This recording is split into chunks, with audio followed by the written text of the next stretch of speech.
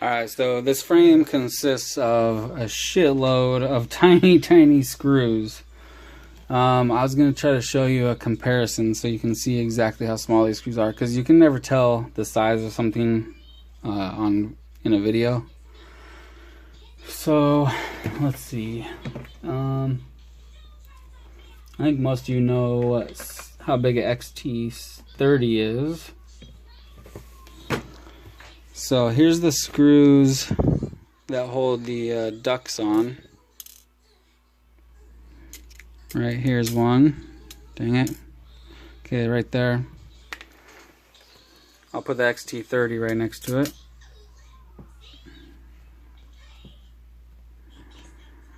So pretty tiny.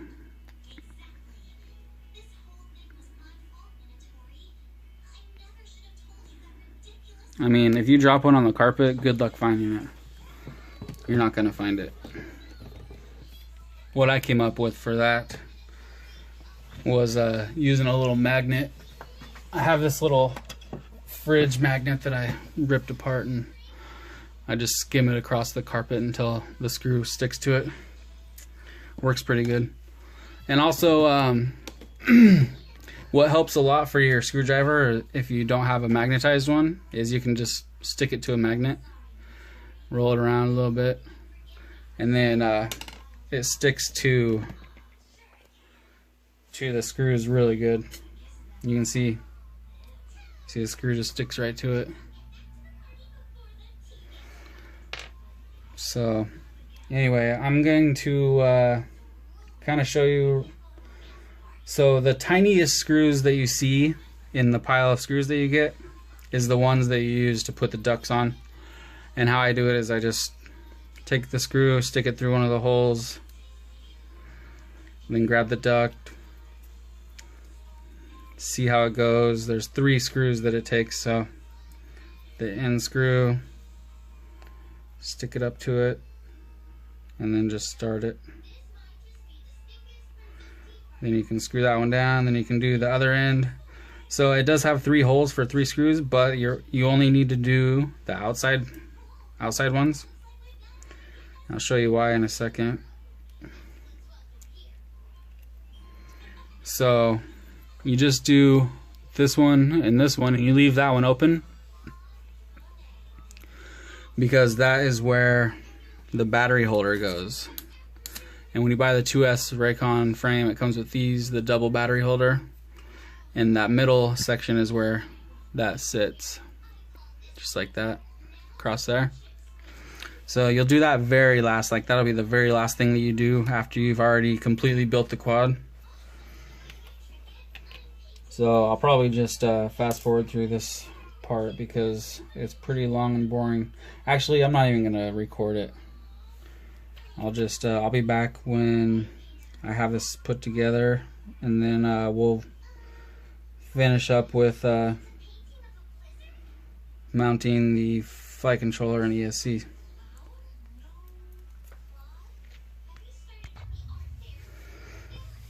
Okay, that only took me a few minutes, but that's only because I've done so many of these.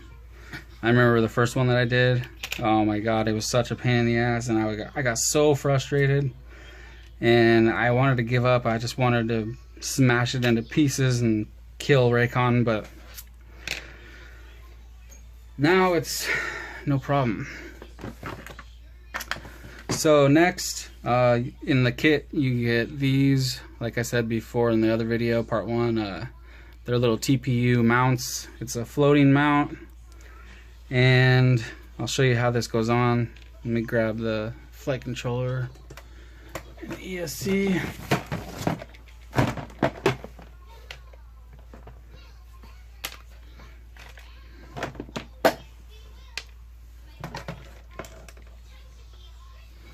So you got to find the right screws. So you take your ESC. Here's the bottom. Man, I hate how they have the little slits in the sticker because it makes it such a pain in the ass to take it off. Sometimes it'll come off, sometimes it comes off in like 20 pieces. Like that. Damn it.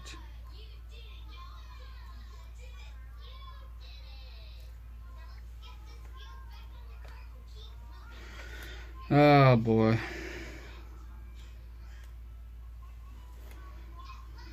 Well, there's 5 pieces.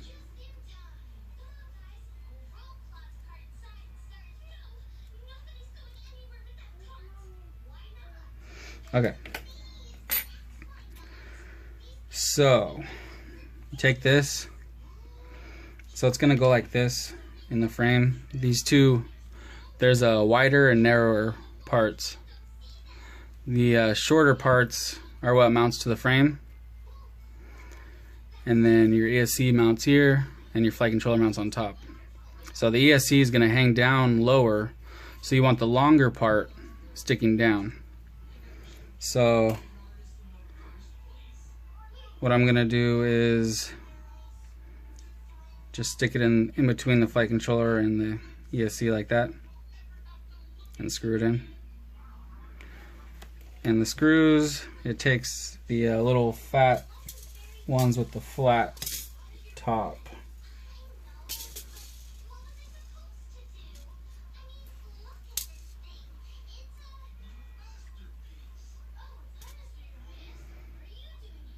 So you just put the screw through.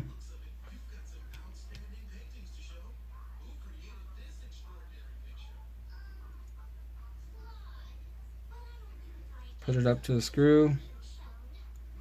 Screw it down.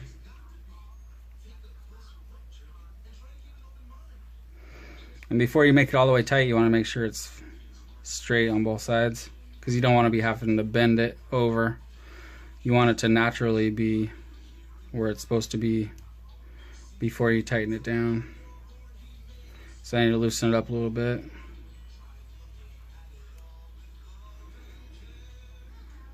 I'll just put the other screw in first and then tighten them both down.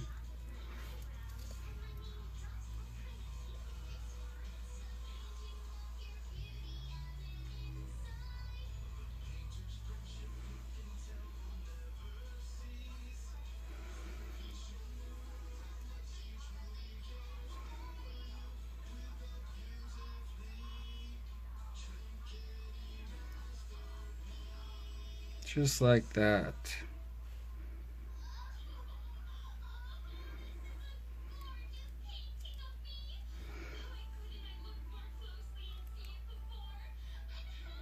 Now hold it all tight so it doesn't twist when you turn the screw.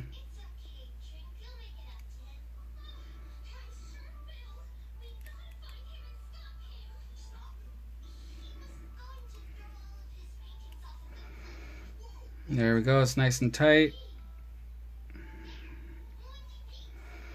And then the flight controller just goes on the top part. You screw it down there and there. And then you got a nice little space in between. There's about that much room. It's probably like 6 millimeters or so. So there's enough room to put a receiver in there. And that's actually where I did put my receiver on my other one that I built. But that is a Lemon satellite, and if you're going to be using something like a XM Plus, you got to be able to get to the bind button. So that would be a problem. So you could only use a receiver that doesn't have a bind button on it.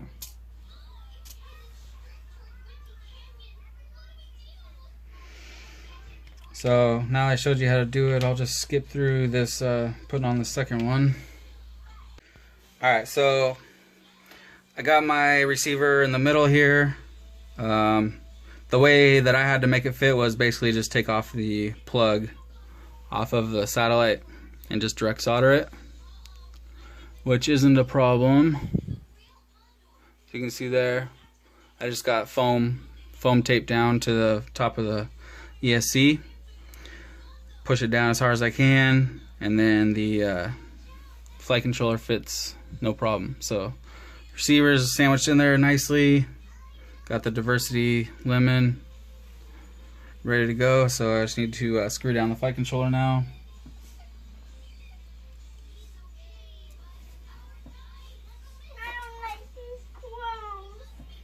Okay, change into something else. No, I like them. Okay. They're better than our clothes. I love building this way with these tiny quads. Like, being able to have the whole stack out of the quad like this is just, it just makes it so easy and so nice. No, it's too easy.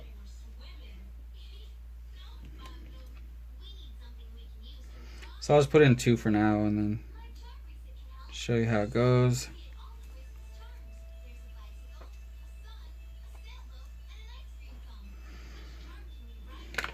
Alright, so that's ready to go. I'm going to try to tuck those wires in a little bit.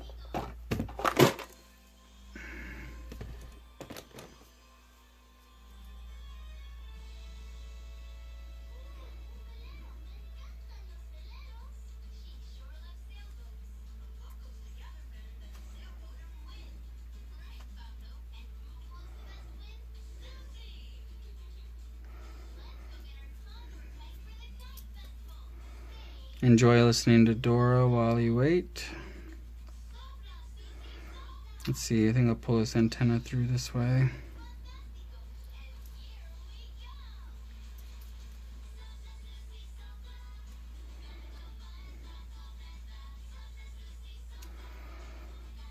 Then all I need to do now is, oh dang it, I forgot to look at which was 5 volts. That's 3.3. It's down here somewhere. I'm gonna have to look again, so. Anyway, so the buzzer is at the top. Here, positive and negative, okay.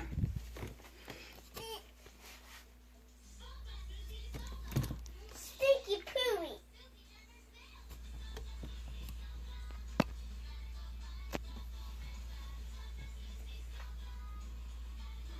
So we got positive at the top on the outside.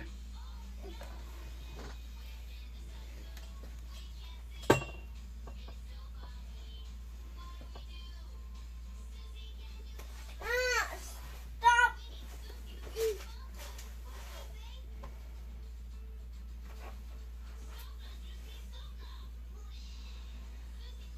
And then the negative right below it on the same side.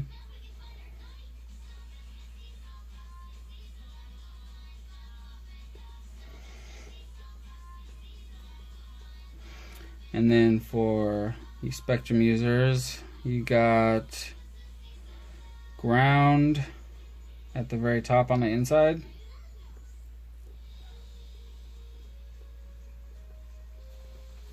See, I told you it was 3 hours. That's too long. Then next is 3.3.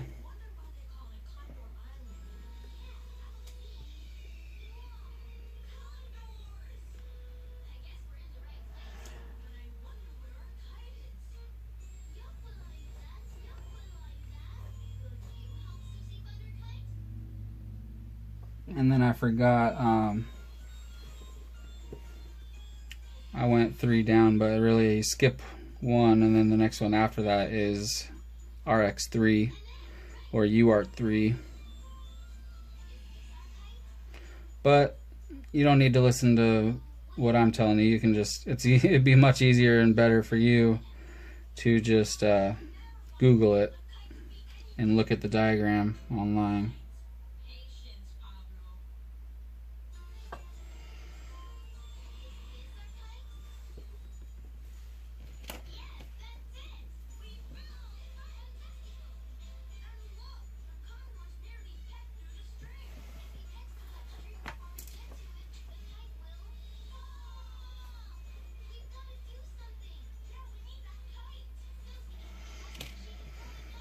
Sometimes for really small things, I like to use, these are actually scissors that the doctor gave me after they sewed up my daughter's head when she fell and cut her head open on the fish tank and got some stitches. But these work really good. But I never do that in before. She has an attitude right now because she's really tired.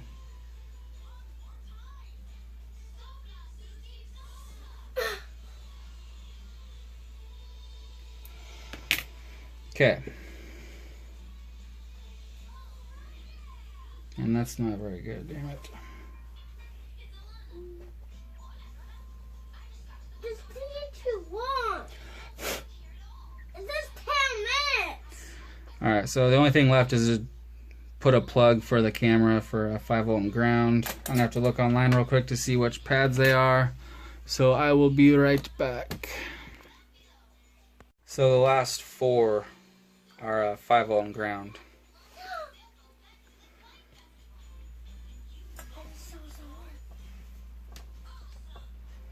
And I think I'm just going to direct solder. I'm not going to use a plug. I just saw something. It was a bug or something? Oh, yeah? Yeah, or something.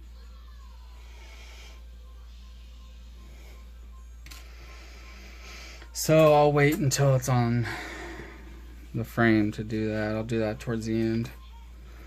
So next up will be mounting this to the frame. So you can just stick this in there. Oh wait. You got to make sure you know which way is front. Cause see, you got 3 of these little camera. These hold the camera and they mount to the frame, and then the cam mounts to it. And there's only 3, so one's in the front and then one on each side. So if you put this flight controller on backwards, you're gonna have to take it off and flip it around. So there's a hole there, there, and there for the camera. So you know this is the front. So it's got to go this way. And you can put your battery cable on the top or bottom of the frame, doesn't really matter. I'll probably keep mine on top like that.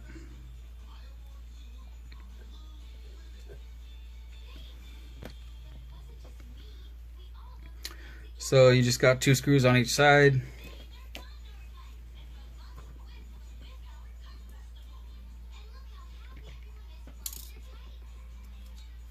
And they're the same ones that you use for the ducts.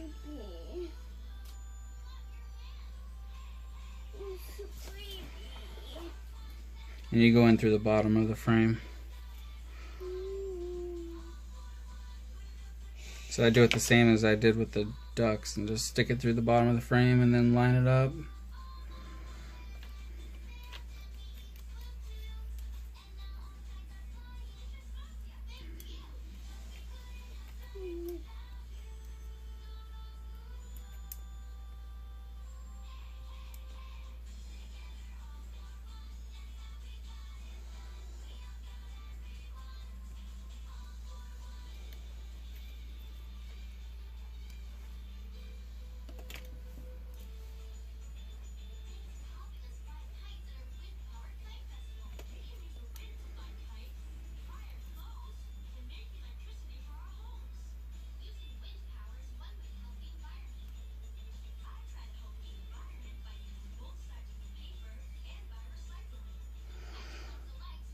You got to kind of push down on the top of it, of the TPU piece, because otherwise it won't go in straight, it'll go in crooked.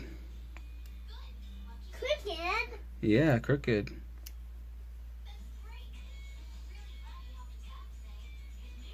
I didn't know crooked. Well, you're silly.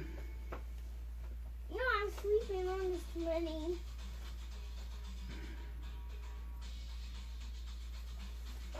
I think you don't want to stop making anyway now. Oh, I guess started down. Alright.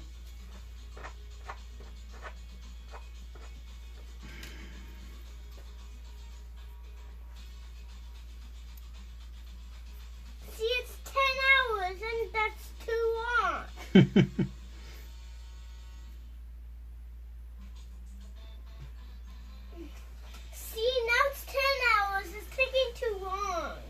Yeah, I know what you mean.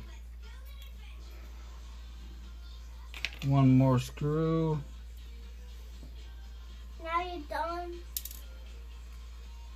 Yeah, one more screw and I'm done. So I think after the screw I'm going to have to take a break because my daughter's getting restless. Don't take a break. Oh, that's okay. I'm gonna take a break from building this airplane, okay?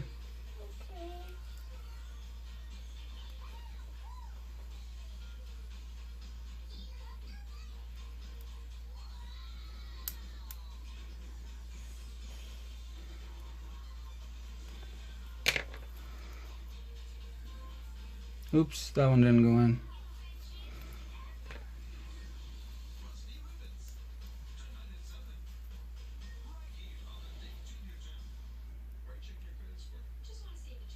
Wasn't pushing down on the top all the way.